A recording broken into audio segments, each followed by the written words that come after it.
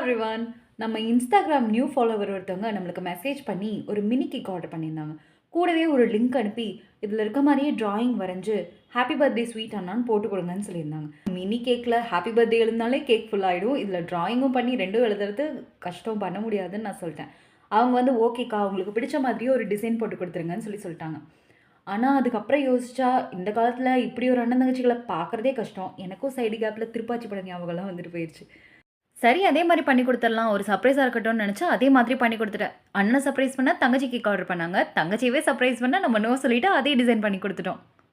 ஆனா, அவங்க கேக் வாங்க வந்தப்போ, அத விட பெரிய சர்ப்ரைஸ் எனக்கு காத்துட்டு இருந்துச்சு. கேக் ஆர்டர் பண்ணவங்க 6த் ஸ்டாண்டர்ட் படிக்கிற பொண்ணு. ஸ்கூல் படிக்கிறப்ப ரிமோட் எனக்கு, உனக்குன்னு சண்டை போட்டு அடிச்சுக்கிட்டது தான் எனக்கு ஞாபகம் இருக்கு. எவ்ளோ பாசமா கேக்கெல்லாம் ஆர்டர் பண்ணி ஸ்வீட் அண்ணான்னு கூப்பிடுற அளவுக்குலாம் நான் நல்ல தங்கச்சியா இருந்ததில்ல. இப்படி ஒரு கேக் பண்ணி குடுத்ததுல நானும் ரொம்ப ஹாப்பி, கஸ்டமரும் ரொம்ப ஹாப்பி. இதோட பிரைஸ் என்னவா இருக்கும்னு கெஸ் பண்ணுங்க.